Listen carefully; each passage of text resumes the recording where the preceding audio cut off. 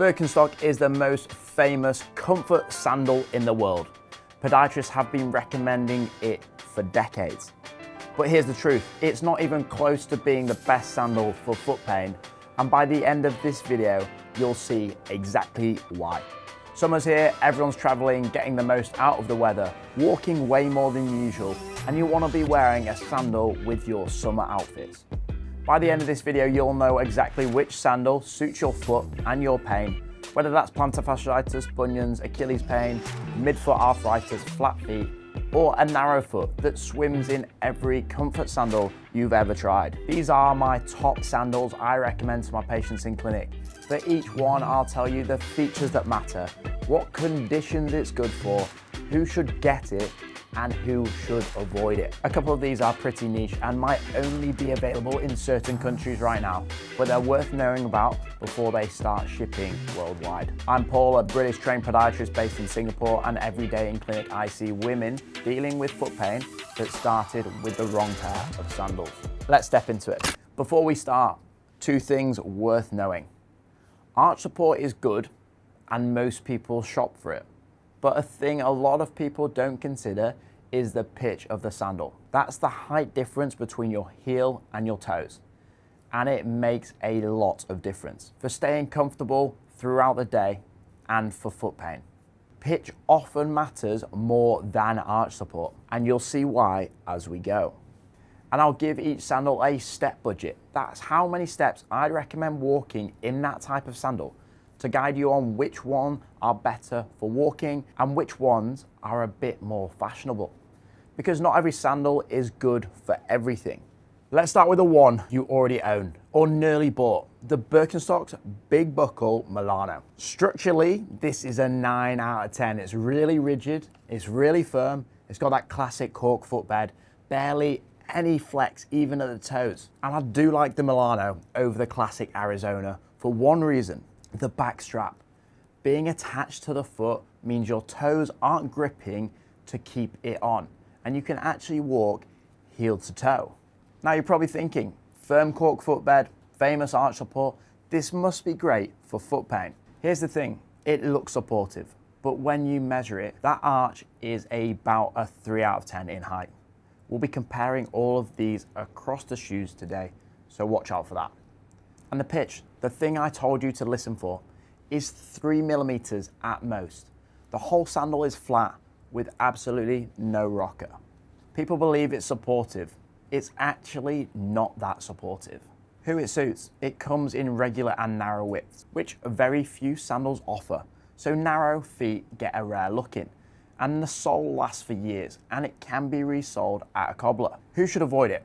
The raised edge can rub outside of your toes. The strap sits right on a bunion. And if you've got plantar fasciitis, that flat, pitchless footbed is doing nothing to unload your heel. Sandal number 2. This is the Kuru Loma Jarvi. And if you've got heel pain, this is a section to screenshot. Here's the mechanism in plain English. Plantar fasciitis is a load issue. To reduce the pain, we need to reduce the load. And that's exactly what the features of the Loma Jarvi do. It starts with a deep heel cup that wraps around your heel, and it spreads the pressure evenly across the whole thing. So no single spot gets hammered on every step. Then there's the pitch, about 12 millimeters from heel to toe, roughly 52 at the back, 40 at the front. That's one of the biggest drops you'll find in a sandal. And it takes the strain off your calf, your Achilles, your plantar fascia, and your arch all at once. Try to twist a thing, you can't. Try to bend it, you can't. For plantar fasciitis, that rigidity works like a splint for the bottom of your foot. And my patients genuinely tell me they feel the relief in this one. The arch is a 6 out of 10 in height. The footbed is a 6 out of 10 in firmness with a Cork overlay. And there are straps at the front and the back of the ankle, plus 3 across the forefoot. So your feet feel properly locked in. Who it suits? People with plantar fasciitis, Achilles pain, arch pain. This is my pick of the whole list for heel pain. In regards to the step budget, 3,000 to 4,000. This is your lunch, your dinner and holiday sandal. It's not your hiking sandal. And who should avoid this sandal? Someone with a very high volume foot, with a very high arch. It might feel snug across the midfoot. And if your problem is in the forefoot, Look at the last sandal in this video instead. And if plantar fasciitis is your battle beyond summer, this is what Kuru do across their whole range. Not just sandals, firm shoes, a deep heel cup that wraps around the heel and spreads the pressure, a proper heel to toe drop, and a rocker built into a rigid sole that splints the fascia while you walk. Their sneakers, day-to-day shoes, and sports shoes all follow that same formula.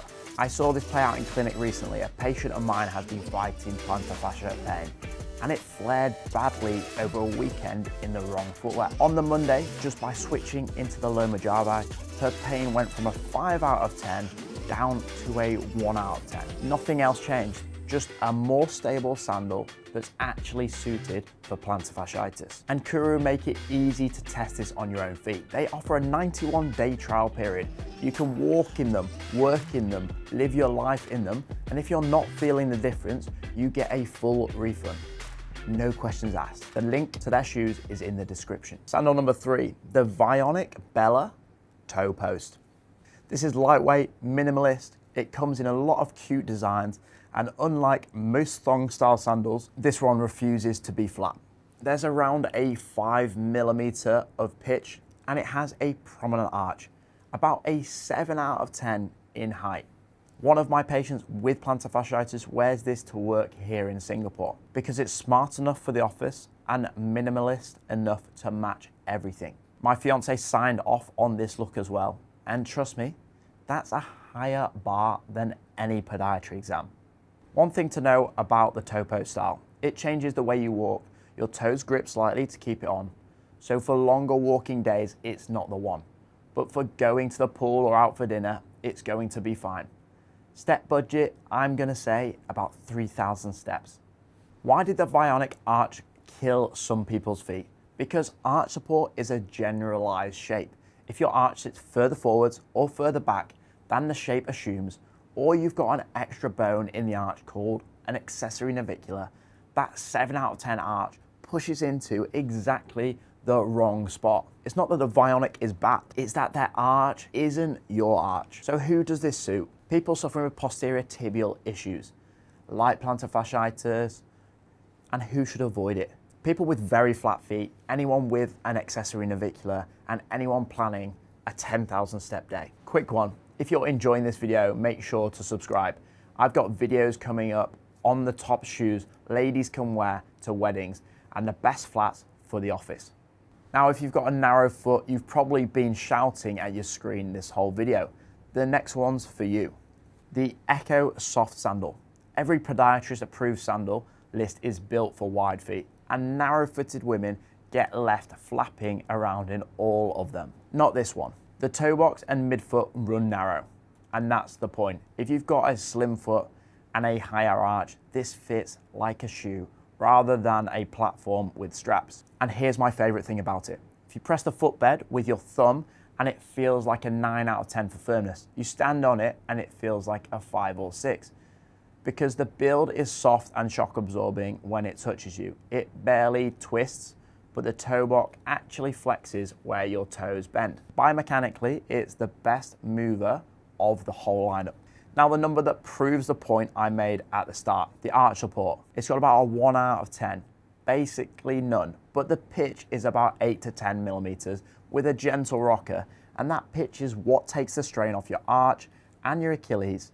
No arch support, and it still protects your arch. That's the pitch effect in one shoe. The leather is generally soft, no stiff edges, no blister stories in our house. My fiance found it far more comfortable than the Birkenstocks, and it comes in neutral colors that go with everything. This is the all-day one. Step budget, 20,000 steps, sightseeing, dinner, repeat. Who should avoid it? People with wide feet and flat feet. You'll spill over the edge of that narrow footbed, and the back strap doesn't adjust. So a very narrow ankle might feel it flap slightly at the heel. Conditions, Achilles pain is where I'd rate it most, thanks to that pitch and the soft heel.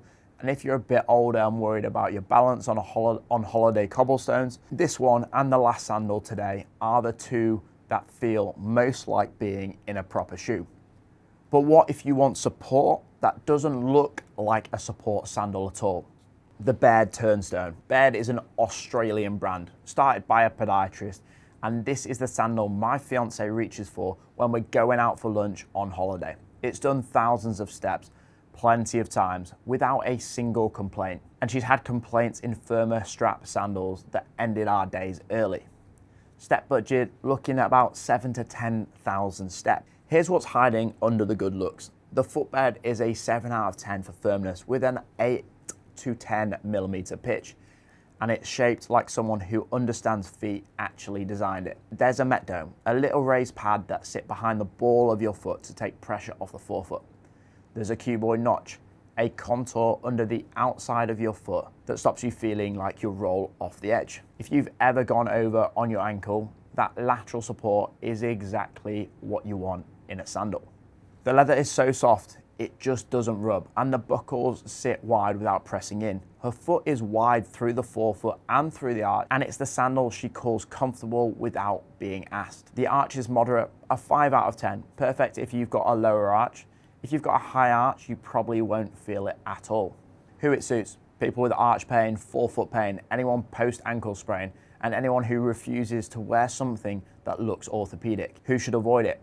People with bunions. The strap sits right across the joint and it doesn't adjust, which is annoying, but I know a lot of you watching have bunions. So where's the bunion pick?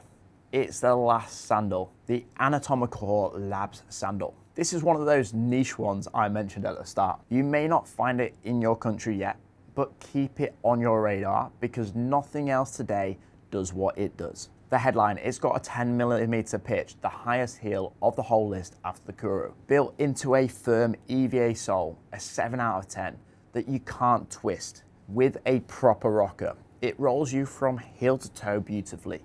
But the special part is inside. There's a metatarsal pad built across the footbed, essentially a transverse arch supporting the entire midfoot. So if you've got midfoot arthritis, this is the best sandal I've found for it, full stop. That midfoot support plus the rocker means the sore joints get held while the shoe does the rolling for them. Straps across the forefoot and the midfoot and the heel, all three adjustable, plus a curved heel cup. It's also the widest fit of the day, especially through the forefoot, which makes it my bunion pick. Nothing pressing on the joint, loads of room, still locked in. On the ground, it's brilliant. It's got a wide contact, ridged grip, stable on pavements, dusty path, and those European cobblestones.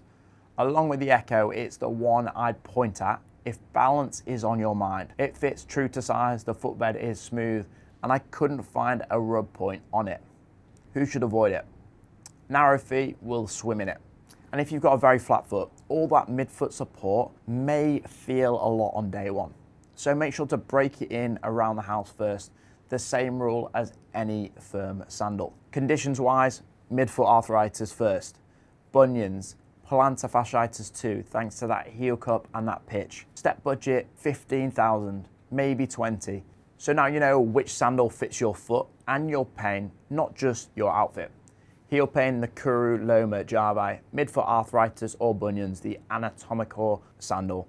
Narrow feet, the Ecco soft sandal. Style days, the Baird. Short smart days, the Vionic Bella and the Birkenstocks. It's great construction, just don't expect it to fix your foot pain.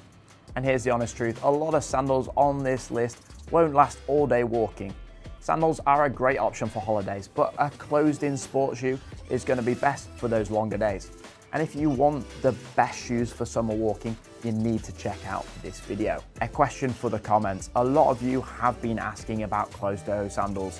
For toenails, you'd rather keep private, for protection, for big step counts, and nobody's answering. If you want a full video on closed-toe options, then let me know in the comments. All my content is built off what you say down there. If you want personalized advice, you can book a session with me in person here in Singapore or online from anywhere in the world. The bottom line, don't buy a sandal for your outfit and hope your feet cope. Buy it for your foot and it will carry you through the whole summer. Thanks for watching and I'll see you in the next one.